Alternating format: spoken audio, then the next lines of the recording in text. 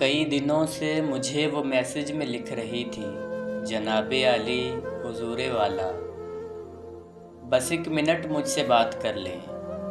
मैं 1 मिनट से अगर तजावुज़ करूं तो बेशक नकार सुनना।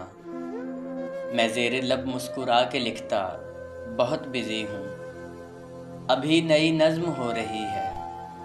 वो अगले मैसेज में फिर ये लिखती, सिसकती रोती बिलकती नज़्मों के उम्दा शायर, तुम अपनी नज़में तराशो लेकिन कभी तो मेरी तरफ भी देखो,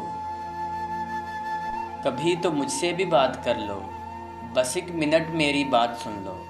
मैं हंस के लिखता, फजूल लड़की बहुत बिज़ी हूँ, बस 1 मिनट ही तो है नहीं ना। वो कई दिनों तक खामोश रहती। फिर एक दिन मैंने उसकी हालत पे रहम खाकर जवाब लिखा, बस 1 मिनट है और 1 मिनट से ज़्यादा बिल्कुल नहीं सुनूंगा। तो उसने ओके लिखा और एकदम से कॉल कर दी। मैं कॉल पिक करके चुप खड़ा था। वो गहरा लंबा सा सांस लेकर उदास लहजे में बोली, सर जी, मैं जानती हूँ कि 1 मिनट है और 1 मिनट में मैं अपने अंदर की सारी बातें किसी भी सूरत न कह सकूँगी। सुलगती हिजरत ज़दा रुतों को उदास नज़मों में लिखने वाले अजीम शायर, खुदा की धरती पे रहने वाले उदास लोगों का दुख भी लिखना, कभी मोहब्बत में जलते लोगों का दुख समझना, कभी किसी नज़म में बताना जिन्हें तुम्हारी रफ़ाकतें ही कभी मुयस्सर नहीं हुई हैं, जिन्हें तुम्हारी मोहब्बतें ही कभी मुयस्सर नहीं हुई हैं।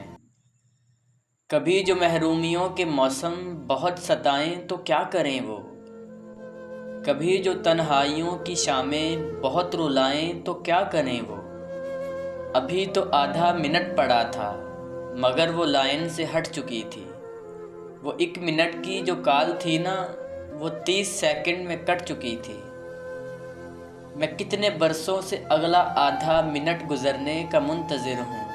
वो नर्म लेकिन उदास लहजे में बात करती, उदास लड़की मेरी समात के अध खुले दर से यूं ही अब तक लगी हुई है, हटी नहीं है।